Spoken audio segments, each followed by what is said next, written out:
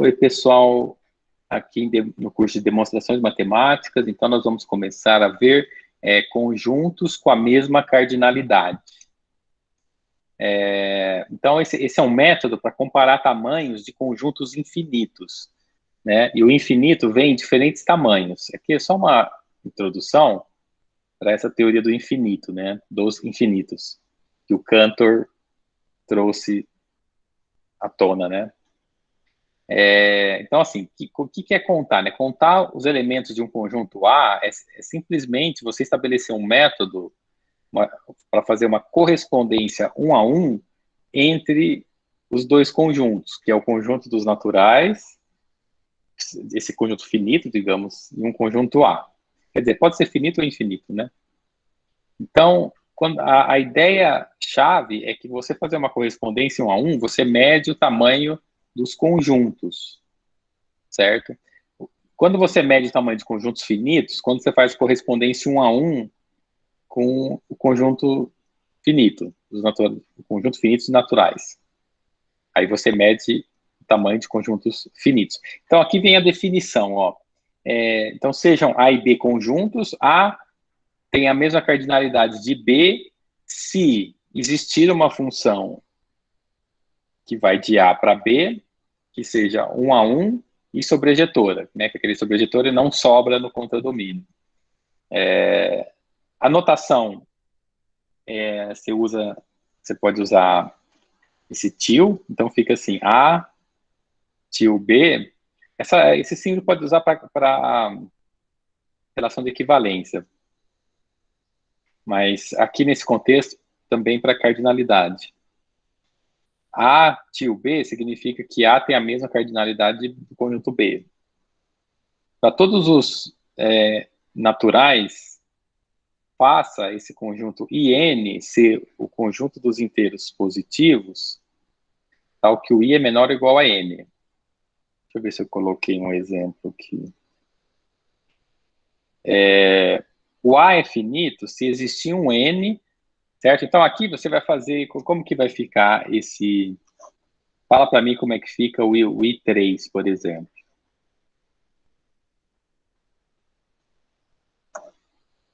Ele é o conjunto de todos os inteiros positivos. O inteiro positivo... Dois, três. Isso, e para no 3. Você começa...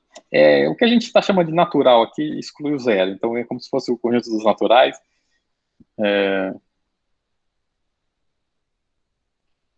Mas não sei por que ele poderia pôr natural aqui também, mas aí você teria que definir que o seu... É só para você não ter que definir se o seu... Eu acho que o natural dele inclui o zero, eu não sei. Quando o pessoal inclui o zero no natural, eles usam assim quando quiser falar, né, de um natural sem o zero. É mais por isso que colocou dessa forma. Então, o conjunto A é finito se existir um N cujo IN tem a mesma cardinalidade de A. Caso contrário, o A é infinito. Essa é uma definição bem importante. Pode falar, Carielle. É que eu acho, pelo que eu me lembro quando eu estava estudando sobre isso, acho que quando não incluía o zero, a gente colocava um asterísticozinho embaixo, era? É isso. Aí, no caso, eu acho que até tem autor que deve usar embaixo, mas você pode colocar em cima também, para excluir o zero. Pode. Uhum. Você coloca um asterisco, exatamente. É que quando você põe os inteiros positivos, né, com mais, você também exclui o zero. Porque o zero é aquela coisa que ele não é nem positivo nem negativo. Então fica 1, 2, 3. Fica que nem os naturais que que eu gosto mais de definir sem o zero. Então o IN é construído dessa maneira. Se existir um IN, um N natural, cujo IN tem a mesma cardinalidade de A, então o A é finito. Caso contrário, caso não exista esse N, o A é infinito. Porque note que quando o A é infinito, não vai existir esse N, porque qualquer N que você pegar, sempre vai ter um a mais, entendeu? Por isso que não existe esse N que tem a mesma cardinalidade. Veja se vocês compreenderam bem teve esse preâmbulo aqui, né, essa apresentação, e a parte muito importante da definição.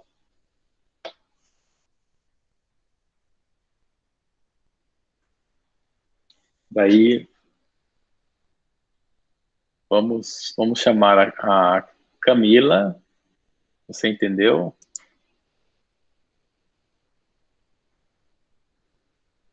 Professor, acho que entendi. Uhum. Ok, Cariela, entendeu?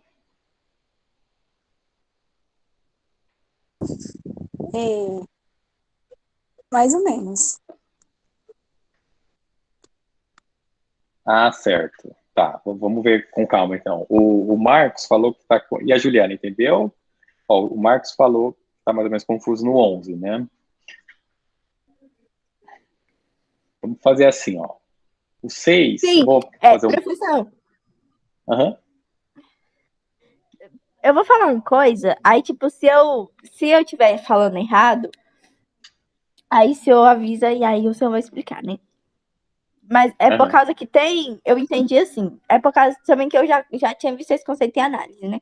Que tem infinitos que a gente consegue contar, tipo o que a gente chama de infinitos enumeráveis, que é o conjunto dos naturais, o conjunto dos inteiros, porque, tipo, a gente consegue, se os números estivessem numa fila, a gente conseguiria distribuir uma senha para cada um. Aí tem infinitos que a gente chama de não enumeráveis, que é tipo o conjunto dos reais. Por exemplo, entre 1 e 2. Entre 1 e 2 tem uma infinidade de números. Então, mesmo que eu dê muitas senhas, vai ficar alguém sem senha, por exemplo. Aí são infinitos que a gente não consegue contar. Perfeito. Os reais entre 1 e 2, né? Esse último que você falou, tipo, os números reais entre 1 e 2. Perfeito, tá certinho, Juliana. Excelente, é isso mesmo. Os naturais são contáveis, assim como os racionais, assim como os inteiros, e por aí vai. E os reais é um infinito não contável. Então tem a questão o infinito do... Então é chamado de Aleph zero, tá? Lê-se Aleph zero.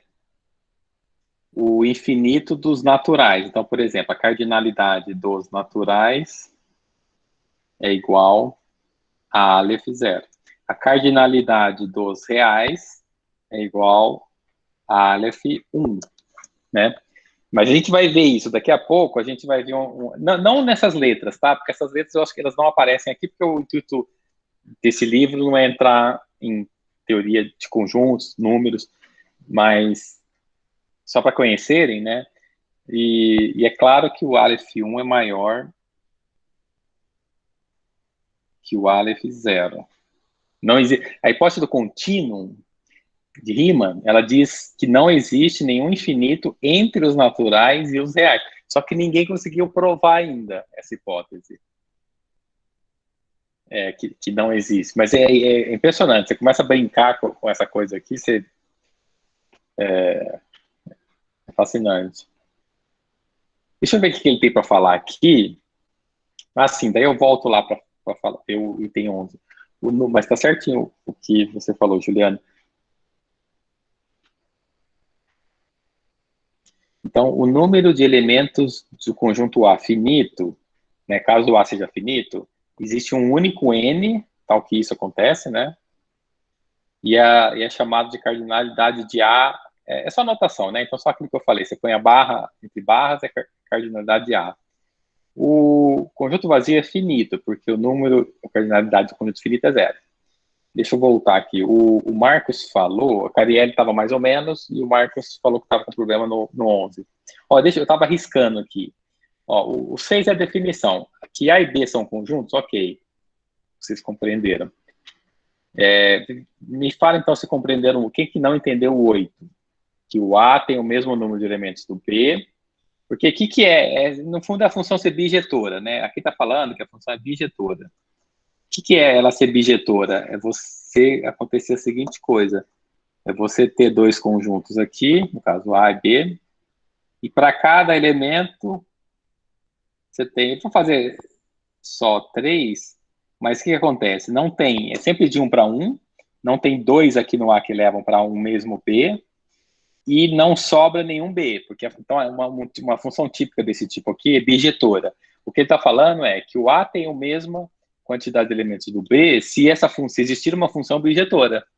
Esse item 8, aqui, você faz asteriscos, você faz um monte de asterisco nele, coloca no teto do quarto, com fosforescente, igual Starfix, que aí você poder pôr na geladeira também, porque isso aqui é a base para se demonstrar muitos teoremas. O que é para se demonstrar muitos teoremas? Você procura essa função. Então, hoje, se você achar uma função para alguns teoremas em aberto, com relação a esse item 8, você ganha aqueles prêmios lá do Instituto Clay, que dá $1 milhão e tal. E é um dinheiro bom. Você multiplica aí por 5, depois você multiplica por 3/4, você vai pagar imposto de renda, e depois, enfim. Mas eu tô brincando, assim, não é para fazer, enfim, não é que a motivação é o dinheiro, tô só brincando, né? Dinheiro não é motivação, dinheiro ajuda, né? Bom, ninguém falou que tem dúvida, eu vou fazer ok, né? E aqui o 9 é só o significado, ó, é só notação, tá? Quando você está dizendo que o A tem a mesma cardinalidade de B, você usa o tio, esse símbolo. É só definição. Agora tem o 10 e o 11. O 10, eu fiz só uma explicação, uma definição para o IN. É muito comum usar esse IN. Aliás, às vezes você não precisa nem definir direito. Não precisa nem definir ele. Às vezes, né? É sempre bom definir, porque fica mais claro. Mas normalmente, você põe IN, todo mundo já sabe o que é, porque é padrão essa terminologia aqui. Se fosse o I5, a ideia é essa, né? Por exemplo, se fosse o I5, era 1, 2, 3, 4, 5, só isso. Que é um conjunto com 5 elementos. E 3 é um conjunto com 3 elementos. E aí, definido isso, bom, vem no 11, né? Então, é assim, aqui o 11 está falando assim, quando que o A é finito e quando que o A é infinito. Vamos ver quando que ele é finito. É se existir, então, ó, se existir um N, tal que o IN tem a mesma cardinalidade do A. Porque se existe o N, seja o N, sei lá, gogol, um gogol, 10 elevado a 100. Vamos supor que tem um conjunto enorme com 10 elevado a 100 elementos. Mas existe esse N. N igual a 10 elevado a 100. E é finito. É absurdamente grande e é finito, mas é finito. Se não existir um N cujo IN tem a mesma cardinalidade do A que a gente está analisando, se não existir esse N, é porque o conjunto A é infinito. Por exemplo, os naturais. Os naturais têm a mesma cardinalidade de qual IN? Não existe esse N, não existe um N. Porque você fala, N igual a infinito, mas o infinito não é número. Acho que é um número, né? Ficou mais claro com essa última explicação? Ou menos claro? Para mim ficou bem melhor. Ah, perfeito.